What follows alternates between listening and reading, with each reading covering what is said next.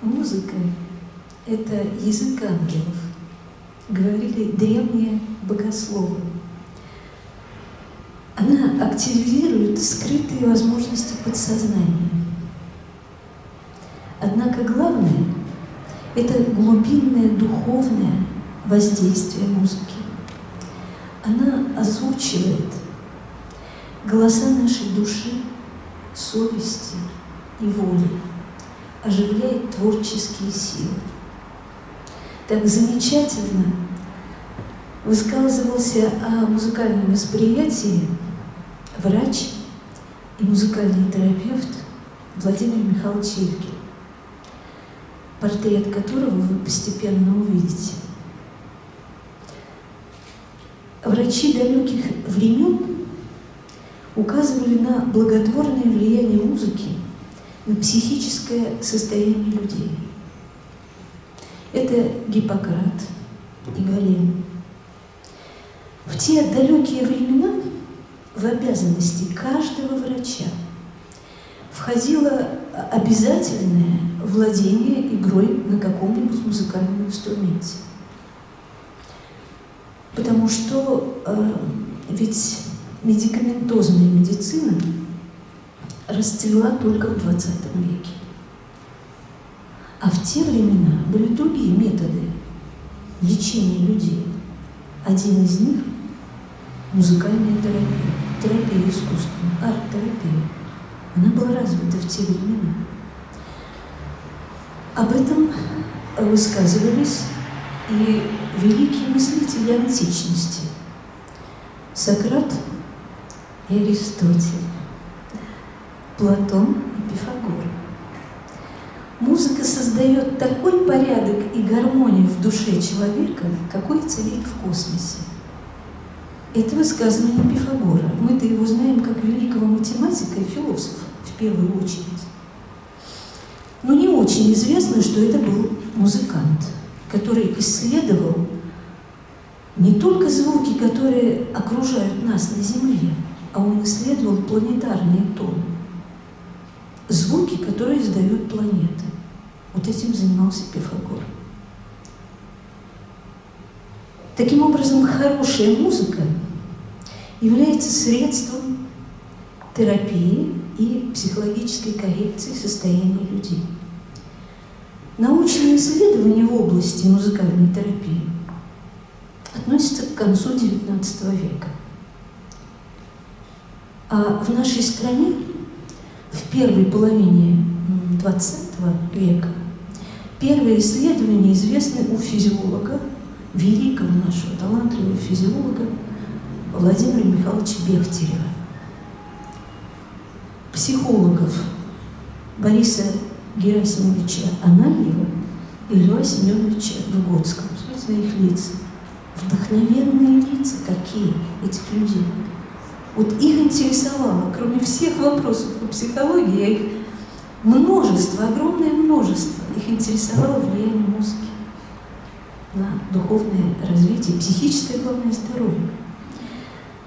В наше время, в последние 40 лет, у нас, в нашей стране, музыкальная терапия, музыкальная коррекция, она стала развиваться гораздо позднее, чем в Европе.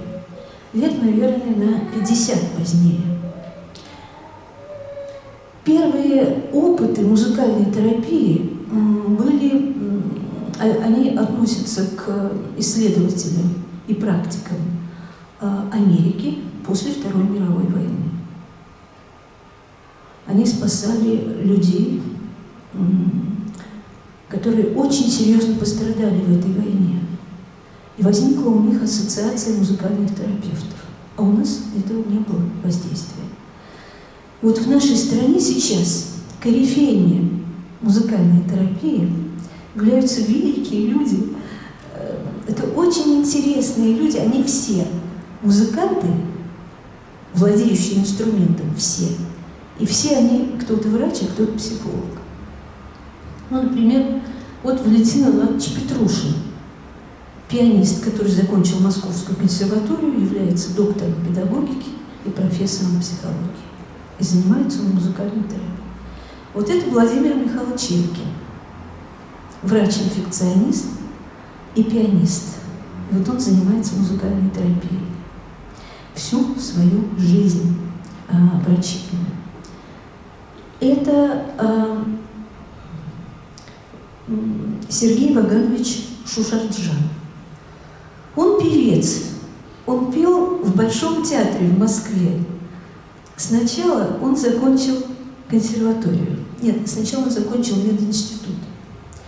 Вообще это уникальный случай. Вы знаете, все музыкальные терапевты по первому образованию, они все музыканты. Только второе образование у них медицинское или психологическое. Вот у него у единственного наоборот. Он доктор медицинских наук, после чего он закончил консерваторию и пел в Большом театре. И у него написана потрясающая монография «Музыкотерапия. Резервы человеческого организма», 2000 год создания. И это Михаил Львович Лазарев, который занимается с беременными женщинами, их детей, не родившихся, и с их детьми после рождения. Его интересуют психические функции детей, которые формируются и уже функционируют еще до рождения. Вот он этим занимается. Он врач-педиатр, доктор медицинских наук, и он хоровой дирижер, и он композитор. Это Юсфин Абрам Григорьевич, музыковед, этнограф, собиратель народных песен и музыкальный терапевт. Удивительно глубокие исследования влияния музыки на когнитивную сферу людей. Александр Сергеевич Клюев, доктор философских наук и пианист, тоже закончил Московскую консерваторию, занимается он музыкальной терапией. И вот сейчас, в последнее время, президентом Ассоциации музыкальных терапевтов является Алла Владимировна Торопова. Она музыковед и доктор педагогических и доктор психологических наук. Такие люди в нашей стране занимаются музыкальной терапией. Конечная цель всей музыки – служение славе Божией и освежению духа. Так думал Иоганн Себастьян Бах. Это композитор, вот гений из гениев. Он мой самый любимый композитор. Не только композитор, органист, великий педагог. А отец, у него 20 детей. Из его семьи вышло 4 композитора, которые были более известны, чем их великий отец в те времена, когда вот они жили. И у него учились все композиторы, последователи последующих эпох, и учатся до сих пор. Сицилиана – это итальянский танец. И в жанре, надо полагать, от слова Сицилия. И вот в этом жанре звучит медленная часть сонаты Баха для флейты и клавира. Вот этот инструмент, который вы видите, беленький, в те времена он назывался другим словом – клавир. Сейчас мы услышим медленную часть этой сонаты. На флейте играет Елена Лапшина. За фортепиано – аз.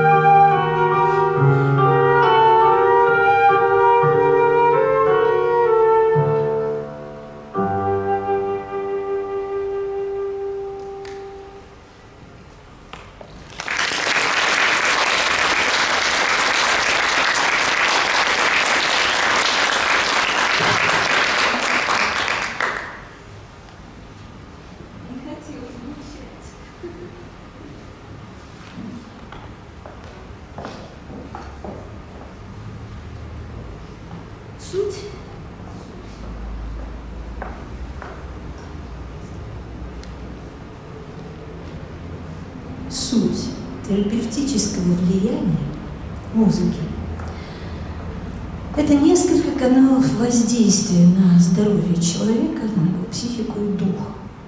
Первый – то, что мы видим, это нам легко заметить и почувствовать. Это эмоции, психическая сфера человека.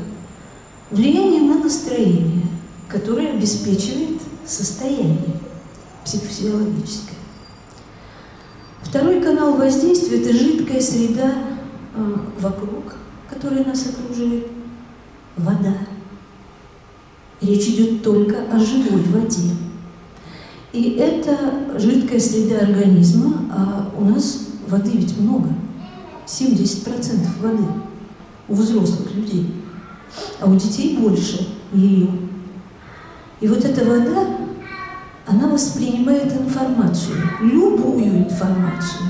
Это звуки, еда, общение с людьми разными. И это музыка в том числе. Вот есть два удивительных исследования, первое из которых проводил Масару Эмото, японец, который живет в Америке, и который изучает кристаллическую структуру воды в ответ на разные воздействия, в том числе музыкальные. И вот сейчас мы увидим кристаллы и обратим внимание на кристаллы очень красивого цвета, серебристого или золотистого, правильной шестиугольной формы. Это здоровье, то, что мы сейчас видим. Если человек болен, или он обижен, или он услышал плохую музыку, вредную музыку, то его жидкая среда, вот его вода внутри, она не может образовать кристалл даже. Это свидетельство нездорового состояния, психофизиологического состояния. Другой исследователь, его зовут Зенин Валентин Станиславович. Он исследует молекулярную структуру воды, тоже в результате разных воздействий, в том числе и музыкальных. Давайте обратим внимание, слева неструктурированная вода. Представим себе, что она внутри нас, не только в стакане, который стоит вот на столе где-нибудь, а вот внутри нас есть вода. А теперь мы послушали симфонию Моцарта, номер 40, например. И вот молекулы стали иметь вот другой вид, структурированная вода теперь. На одной из научных конференций этот человек выступал, это было в Москве, и я помню, как он провел исследование просто на наших глазах. Это было удивительнейшее явление. Два добровольца из зала, он исследовал их внутреннее состояние, имеется в виду вода. Потом был перерыв на конференции, она длилась с утра до ночи. И перерыв составлял час. И в этот час был приглашен симфонический оркестр и два певца. И такие конференции больше не существуют. Только по музыкальной терапии можно такие конференции наблюдать. Чтобы звучал симфонический оркестр. Но там люди поют, танцуют. Таких конференций больше нет. Вот мы послушали симфоническую музыку, после которой она звучала минут 40. Он снова исследовал внутреннее состояние воды этих людей, и мы вот увидели вот эту разницу. Я была потрясена этим исследованием. Кто он? Он биолог, химик и философ. Вот этот человек.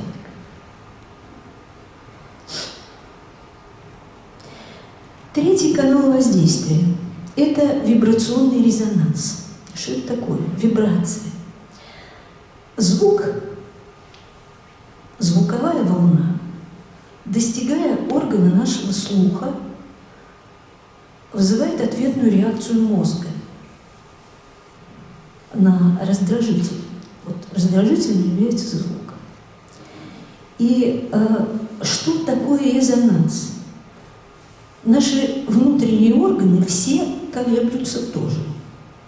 Ну, микроколебания, которые мы можем не чувствовать, вообще о них не знать. Об этом знают врачи только. Так вот, одна и та же частота у звучащих или колеблющихся тел – это и есть резонанс. Если он есть, нам нравится музыка, нам нравится голос человека, который с нами разговаривает, вот тембр его голоса. Он нам подходит, потому что возникает этот резонанс. Если его нет, нас что-то раздражает в звуках. Главный слушатель, оказывается, это вода у нас, потому что она очень чувствительна к вибрации. Когда ты музыки касаешься перстами, как Божий Дух касается воды, сияние возникает между вами, мелодии небесной красоты. Сейчас вы услышите музыку Иоганна Себастьяна Баха, который написал произведения во всех существующих тогда жанрах. Одно из них называется «Страсти по Матфею». Страсти – это страдания. Страдания Христа, которые рассказывает евангелист Матфей. Есть ария, альтар, который повествует от имени Петра, апостола Петра. Мы помним, может быть, вот эту библейскую сцену, когда учитель Иисус обращается к Петру. Не пропоет петух и 3 раза, как ты отречешься от меня. А Петр в слезах. Он даже не может себе представить, как он может отречься от учителя. Он не верит этому, тому, что говорит ему учитель. Тем не менее, это происходит. И вот ария покаяния, по-моему, это самое великое в области покаяния, раскаяния. Господи, ради моих слез помилуй меня. Прости за все. Эту арию исполняет 3 человека сейчас. Вступление к ней, довольно большое вступление, играет скрипка, как человеческий голос. С моей точки зрения, вот музыканта и человека, я очень люблю эту арию. По-моему, она самая лучшая ария о любви человека к человеку.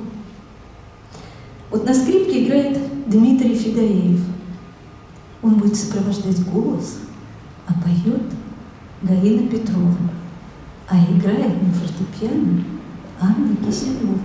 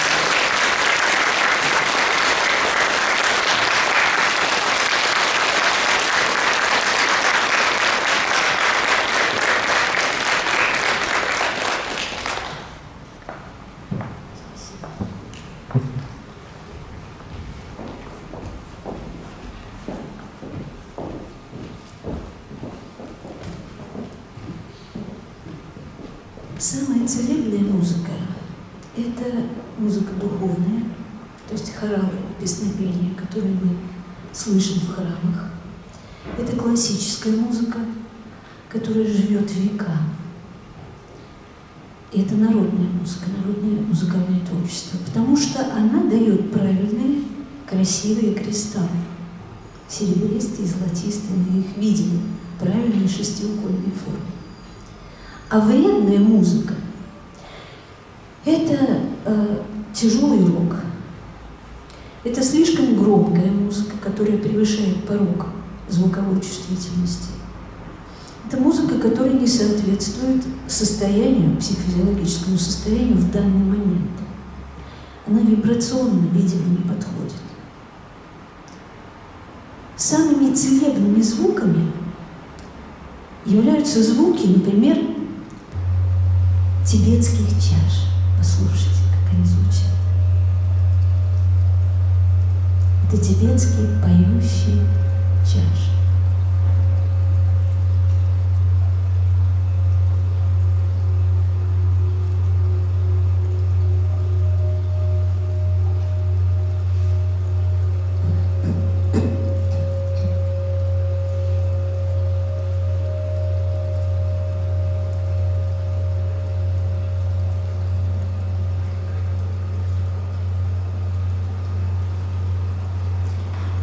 Их родина – Гималаи. В медитациях эти звуки создают гармонию связи обеих полушарий мозга. Суть этого воздействия – это резонанс с вибрациями планет. Автор этого исследования – это швейцарский астрофизик, музыковед Ганс Кусто, вот он слева, который использовал учение Пифагора о звучании планет. И Иоганн Кеплер. Этот исследователь жил на рубеже 16-18 века. Он математик, который занимался астрономией. Они пришли к выводу, эти ученые, что высшие культуры Земли имели в своей основе музыкально-планетарные тоны. То есть музыка этих высших культур, которые нам известны, европейская культура, например, не только она целебная, эта музыка, потому что она божественная, планетарный тон, она от Бога. Еще считается целебным звук гонга. Вот так он звучит, этот звук. Долгий такой протяженный звук. А красивый какой гонг. Это звуки бамбуковых флейт. Древний инструмент.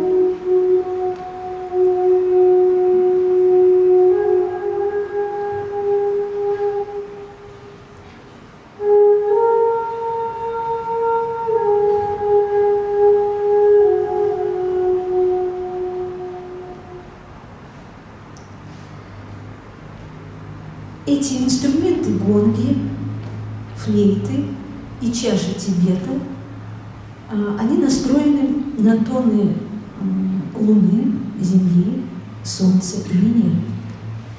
Вот об этом высказывался, в частности, Пифагор, об этих тонах. Следует сказать вам еще об одном уникальном совершенно инструменте – это колокол. Известны были случаи, когда… Вот сейчас послушаем, как звучит колокол Мусоргского.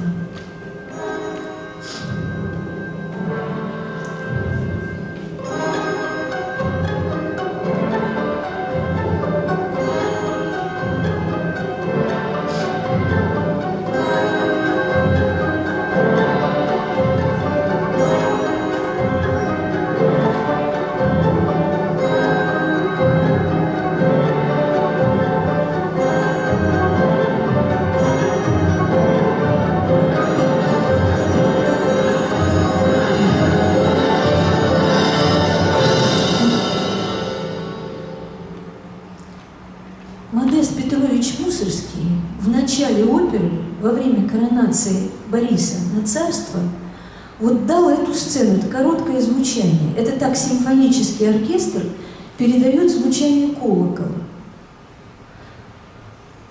Я помню, как-то на одной тоже из конференций было удивительное исследование, оно очень интересное, колокольного звона, его целебного звучания. Оказывается, там есть такие звуки, которые мы слухом не воспринимаем, но наш организм воспринимает. Эти звуки действуют настолько целебно, что было замечено. Были случаи, когда колокольный звон удерживал человека от преступления. Колокольный звон губительно влияет на бактерии. Во время эпидемии чумы, это было время царства Ивана Грозного, колокол звонил 3 дня в Москве, день и ночь. Эпидемия закончилась за 3 дня в Москве, а везде продолжалась. Эта сцена показана в фильме «Иван Грозный». Есть там эта сцена, вот мы можем вспомнить. Вот что такое колокол.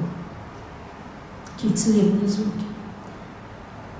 Умолкли музыки божественные звуки, пленив меня на миг своим небесным сном. Вослед моей мечте я простираю руки. Пусть льется песня вновь серебряным дождем. Как выжженная степь ждет ливня и прохлады, я страстно звуков жду, исполненных отрады. Алессандро Марчелло, композитор эпохи барокко, это 17-18 век, итальянский композитор. Он в первую очередь, он был философ, математик и поэт, а композитором он был любителем. Иногда его путают с его родным братом Бенедетто Марчелло.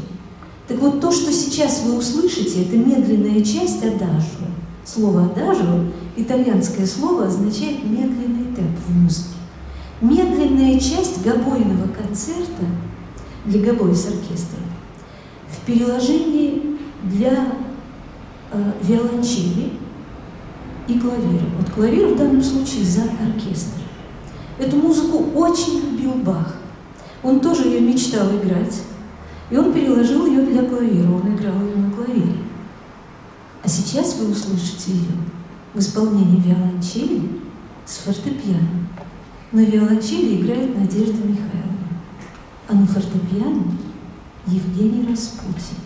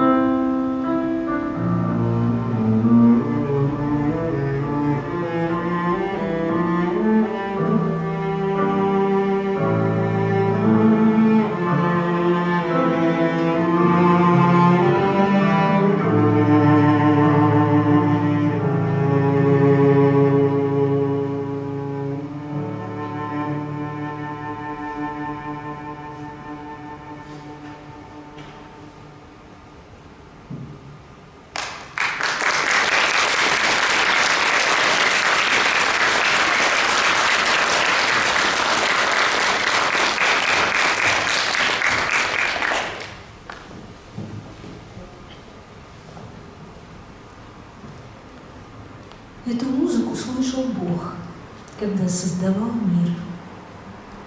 Так говорил о музыке эпохи барокко, в том числе о музыке Баха, Генрих Густавович Нейгаус. Это великий пианист и педагог, который жил в начале XX века в нашей стране. Высшее проявление красоты на земле, в любви, людей друг к другу. И для выражения этого чувства, этого переживания в музыке, в романтическую эпоху, то есть XIX век, композиторы не случайно выбирали тональность ре-бемоль-мажор. Из мажоров это моя самая любимая тональность, потому что она минорно звучит как-то для меня. Ну, парадоксально это минорный мажор. Но он такой мягкий. И в этом мажоре не случайно звучат многие произведения о высшей любви людей. Ну, например, музыка Шопена, 8-й его ноктюрн, 15-я прелюдия. Музыканты, которые здесь есть, они, может быть, помнят эту музыку. Это утешение Листа в ре-бемоль-мажоре. Все о любви, утешение. Это ария Татьяны Лариной. «Кто ты, мой ангел и хранитель?» Или «Коварный искуситель». Она тоже в ре-бемоль-мажоре. Это музыка о любви, высшей любви. И вот сейчас в этой тональности вы услышите арию, которую поет Хазе. Композитор Жорж Бизе, французский композитор-романтик,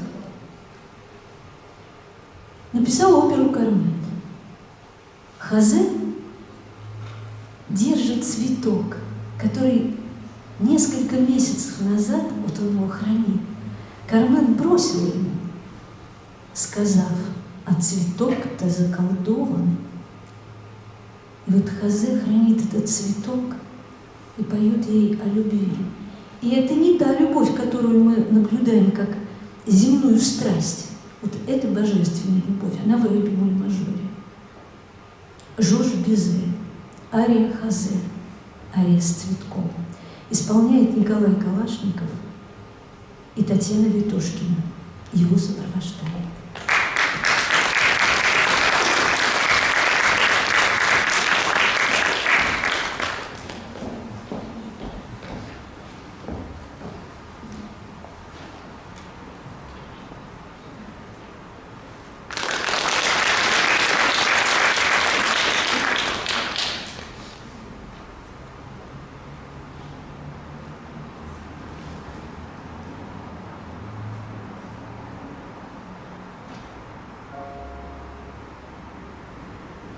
Видишь, как свято сохраняю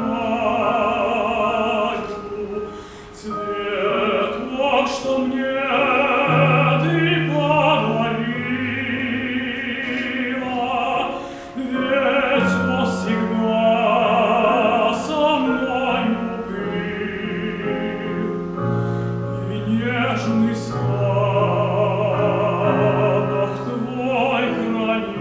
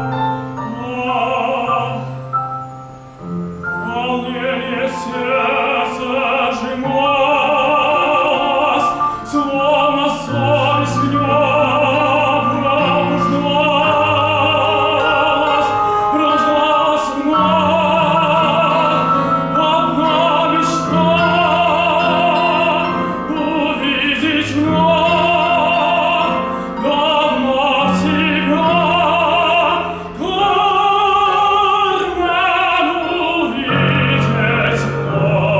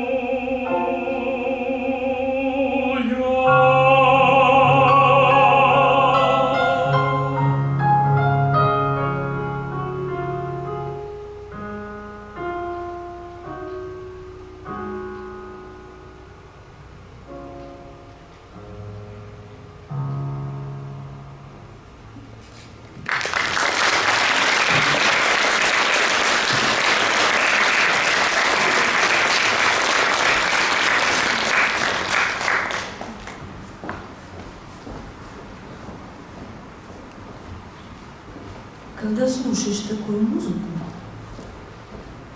то приходит невольно мысль, что любовь бессмертна, и она ни от чего не зависит.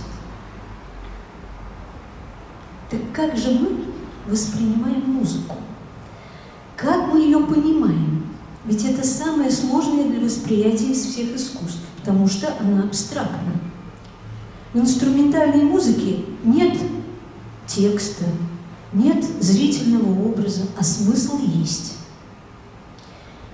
Вот если в музыке нет смысла, то есть то, что люди называют музыкой, то и звуки – это не музыка.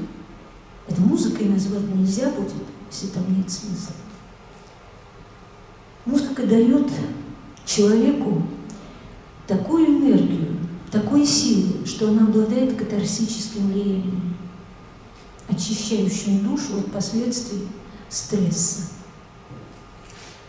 Мы видим иногда слезы на глазах у людей.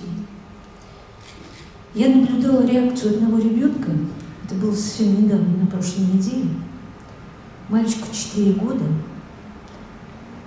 Он только научился ходить, у него тяжелое генетическое заболевание.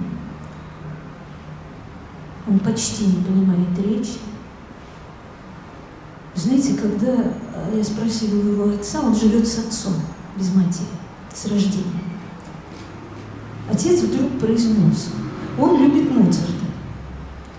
Я поиграла Моцарта и так искоса поглядела на этого ребенка вот так.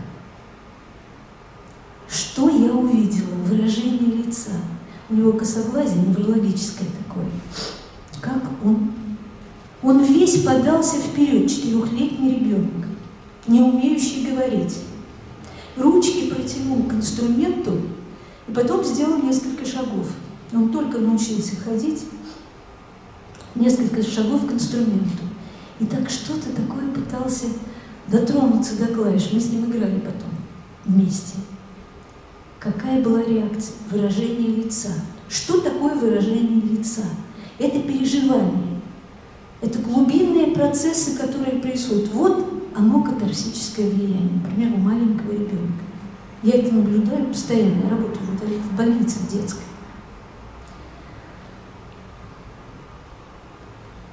При музыкальном восприятии очень мощно работают психические функции. Воображение, мышление и речь. Это высшие человеческие психические функции. Давайте себе представим.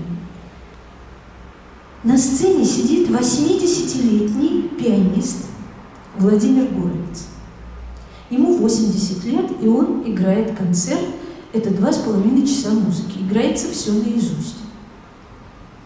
Какая должна быть память, чтобы 2,5 часа удерживать в голове столько нот? Артур Рубинштейн, ему тоже 80 лет, оба в Америке. Но Владимир родился у нас в Киеве и почти всю свою жизнь он прожил за рубежом. Артур Рубинштейн, пианист, в таком же возрасте играет концерт 2,5-3 часа музыки наизусть. Исследовано, что у любителей музыки при музыкальном восприятии включается правое полушарие, а у музыкантов-профессионалов левое. Оно отвечает много какие функции, в том числе за мышление. И вот этот пример музыкантов, у которых такая великолепная память, это же значит мышление, у них работают синхронно оба полушария. Вот почему я мечтаю о том, чтобы все дети планеты получили музыкальное образование обязательное, такое же, как в школе дают математику, язык, много еще чего. Тогда психические функции на планете возрадуются. Глядишь, может быть, жизнь станет светлее, и меньше будет войн на Земле.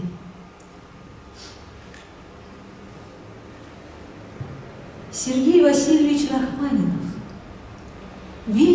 русский композитор, творчество которого, он родился в XIX веке, но творчество его пришлось на первую половину XX.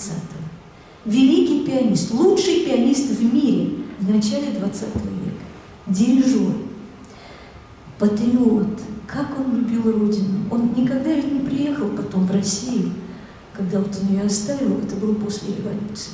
Он не мог принять революцию, поэтому уехал. И вот у него есть, поскольку он был великим пианистом, так он любил писать музыку для фортепиано, для своего инструмента родного. И вот у него есть прелюдия, поэтичнейшая прелюдия, такая мажора-минорная тоже. Там ре-мажор, но он какой-то минорный. Вот музыка звучит как ноктюрн, с такой русской печалью. Исполнит эту прелюдию Любовь Ветошкина.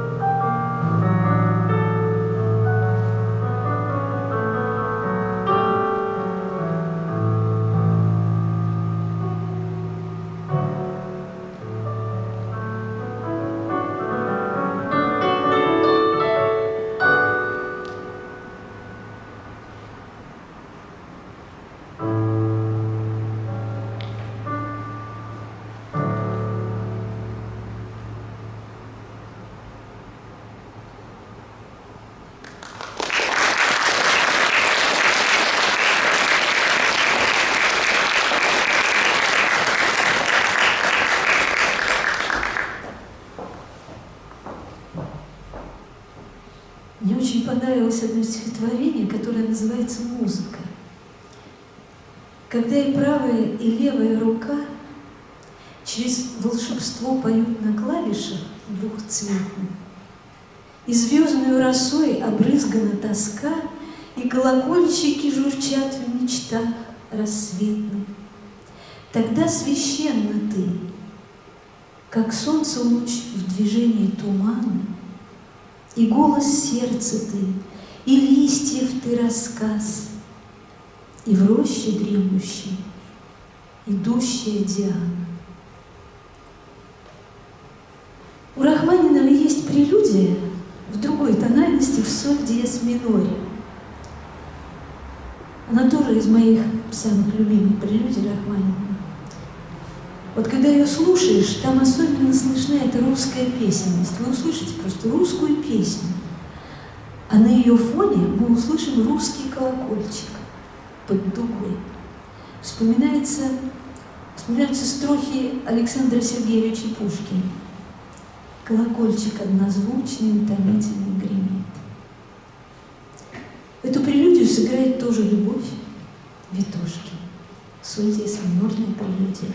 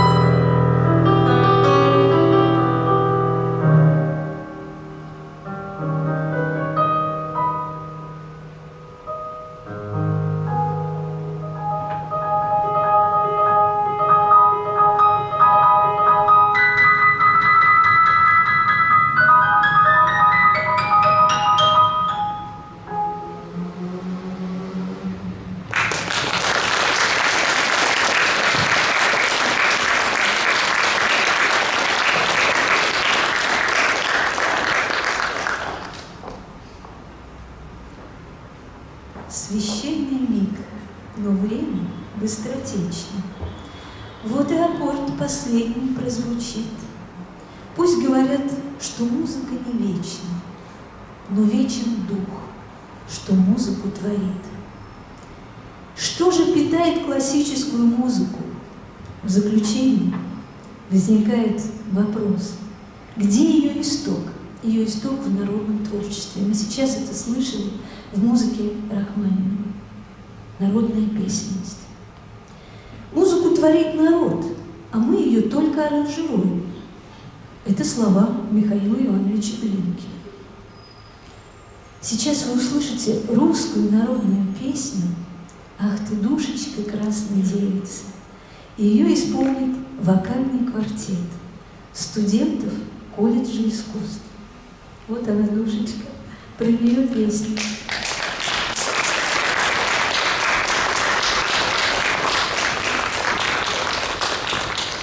Алексей Исаков, Антон Никанов, Николай Жидов, Владимир Артеев.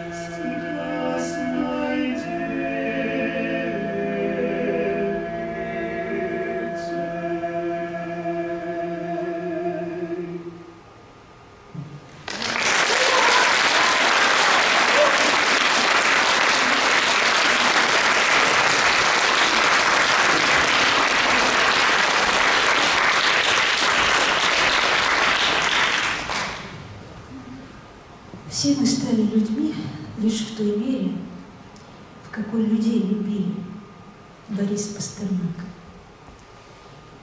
Высшее проявление духовности в любви. Искусство, особенно музыка, передает ее особенно выразительно, особенно искренне, своим тайным языком. Еще одной моей мечтой, кроме того, чтобы все дети музыкально образовывались,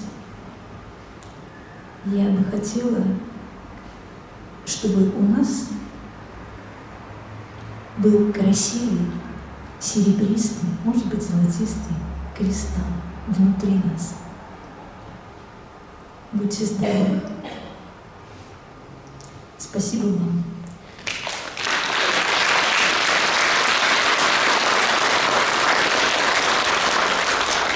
Что вы разделили нашу любовь к хорошей музыке.